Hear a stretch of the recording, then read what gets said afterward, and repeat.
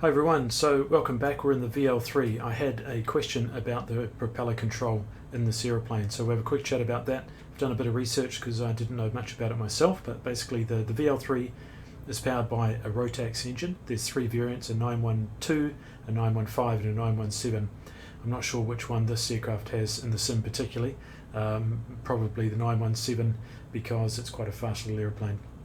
The thing about the Rotax engines is the props spin bloody fast, so the max RPM is going to be something like 5,700 or so, maybe even a bit more.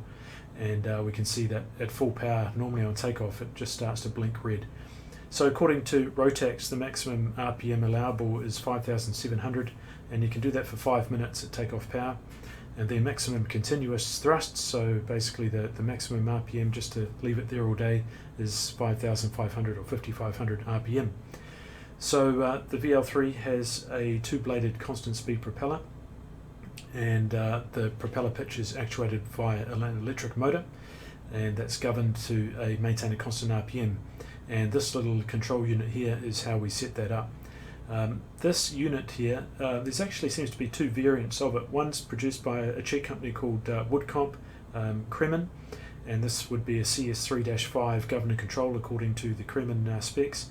But I found one that looks pretty much exactly the same, built by an Italian company called Flybox, and they call it a PR1-P, constant speed propeller regulator. So who knows, this one doesn't seem to have actually the branding on it, so it's a pretty generic sort of model. And unfortunately, perhaps not surprisingly, it's not really implemented at all. So essentially this knob here is the same as you would find in the blue prop lever in a normal sort of constant speed unit equipped aircraft. In the real aircraft, or the real function of this thing, is it should operate in auto mode, and so those big numbers would tell us that it is set to operate at constant speed of 4,675 RPM. And the little indication just here is showing actual, so you can see that correlates with actual RPM 1655. And this words here, it says it's an auto, which is denoted. The switch would be in the up position to be auto, and the down position would be manual.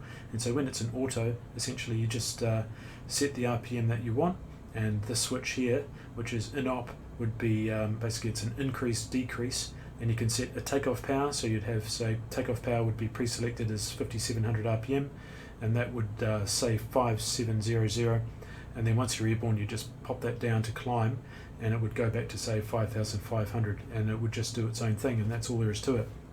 And if you moved this switch down to manual, which again it's in op, then you would now have direct control over the prop RPM by just rotating this. So right would increase the RPM and left would decrease the RPM.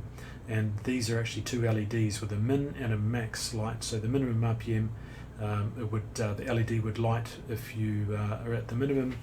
So basically the full course stop on the prop, and vice versa here. So this would be full fine. You'd get the LED would be lit to let you know that you've got the maximum pitch angle of the, or minimum pitch angle really. The prop would be fully fine.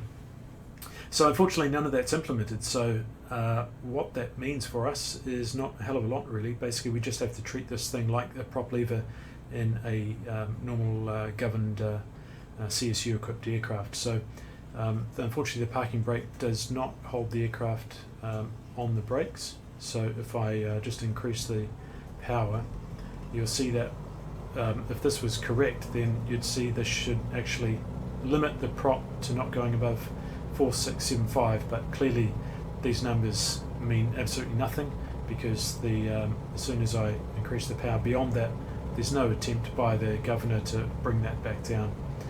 The only way I can actually control RPM is by reducing it using this switch here.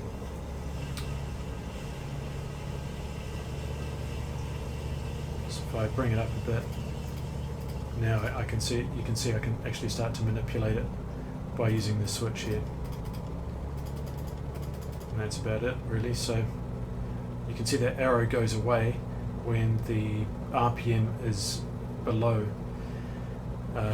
what these numbers are, I think. So if I increase it, so the arrow goes away, but that's about it really. So if I just put it on 100%, go to full power, disregard the fact we're moving, you can see that we exceed that 5,700 RPM, so we're in that amber range. So basically you want it to be no more than that, so we can't seem to finesse this very much. I can use the key assignment, try and keep us on the runway, at 97%, and then at full power we shouldn't exceed the red line. So that could be a new check for us, is basically during our pre-takeoff we just set that at 97%, but I'm sure most people won't bother with that. But anyway, if you want to do it the real way, even though this gauge doesn't work properly, you would just crack that back off 100% for the takeoff to ensure you don't exceed the maximum, the limitation on the prop speed. Anyway, that's all there is to it. I'll talk to you later. Cheers.